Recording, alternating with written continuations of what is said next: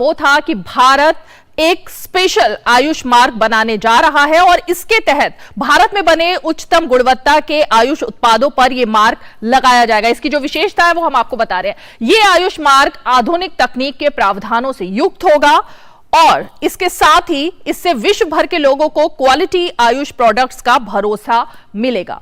दूसरी बड़ी बात है कि आयुष पार्क का नेटवर्क विकसित होगा, जिससे कि देश भर में जो हम बात आपको बताने जा रहे हैं कि किस किस तरह से आज जो प्रधानमंत्री ने अहम बातें की, तो देश भर में आयुष प्रोडक्ट्स के प्रचार प्रसार के लिए ये पार्क जो है बहुत ही उत्तम साबित होने वाला है।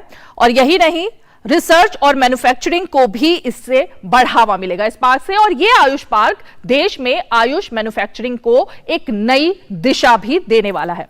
तीसरी अहम बात जो रही वो ये थी कि किस तरह से विशेष आयुष वीजा कैटेगरी देने की जो बात प्रधानमंत्री ने कही वो कैसे रहेगी। भारत शुरू करेगा एक विशेष आयुष वीजा कैटेगरी। ये एक नई बात सामने आई है और इसके तहत लोगों को आयुष चिकित्सा के लिए भारत आने जाने में सहूलियत मिलेगी। और सिर्फ यही नहीं होगा, बल्कि विदेशी नागरिकों को भी इससे सहूलियत मिलती हुई दिखाई देगी और भारत में आकर आयुष चिकित्सा का लाभ लेने वालों को भी इससे बेहद मदद मिलने की संभावना है।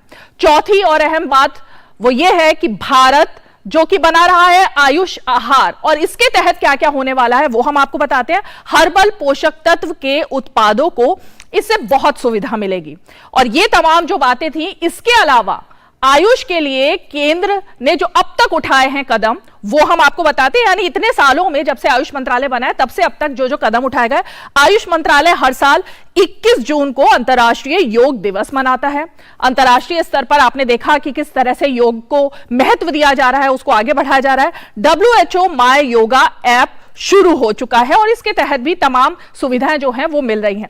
इसके अलावा आयुष उत्पादों के निर्यात को बढ़ावा देने के लिए बीते सालों में अभूतपूर्व प्रयास दिखाई दिए हैं।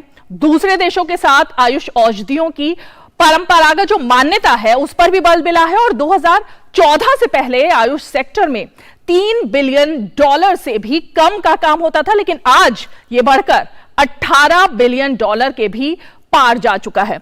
और इसके अलावा पारंपरिक दवा क्षेत्र में स्टार्टअप संस्कृति को प्रोत्साहन देने के लिए भी इस दिशा में कई बड़े कदम उठाए गए हैं।